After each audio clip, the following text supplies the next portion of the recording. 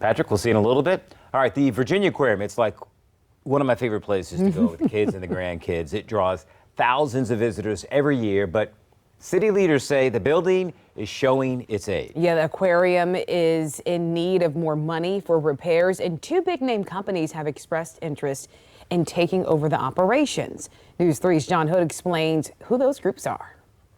Ripley Entertainment, known for Ripley's Believe It or Not, and Herschend Enterprises, known for owning Dollywood, have both shown interest in taking over operations here at the Virginia Aquarium.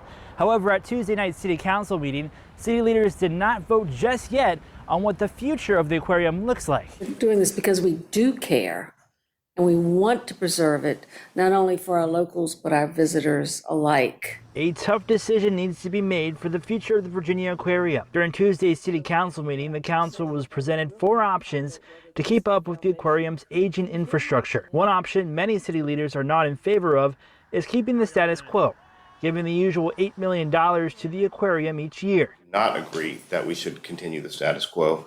I actually have some really substantial concerns about the aquarium. 2 other options include increasing the amount given to the aquarium up to $200 to $300 million to help with repairs and create new spaces for the animals. A 4th option would be to partner with a third party to run the aquarium. 3 firms have expressed interest, and according to Assistant City Manager Monica Krosky, 2 have submitted formal responses. The 2 responders to the RFI are probably household name companies, Ripley Entertainment and Herschend Enterprises. Both organizations operate 3 aquariums around the country and in Canada. Some council members raised concerns that members of the Virginia Aquarium Foundation have not been included in these discussions. Because after all, they own the animals, they own the exhibits, they do the stranding, they do the education. The city manager says the city has met with the foundation a number of times about a possible third party. Meanwhile, in a letter sent to council by the foundation, it says, quote, "We were never consulted regarding the process of seeking alternative ownership,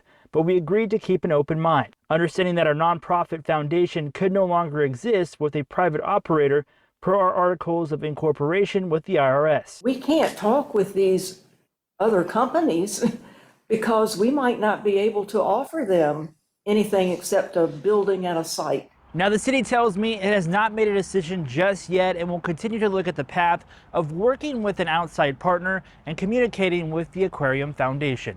In Virginia Beach, I'm John Hood, News 3.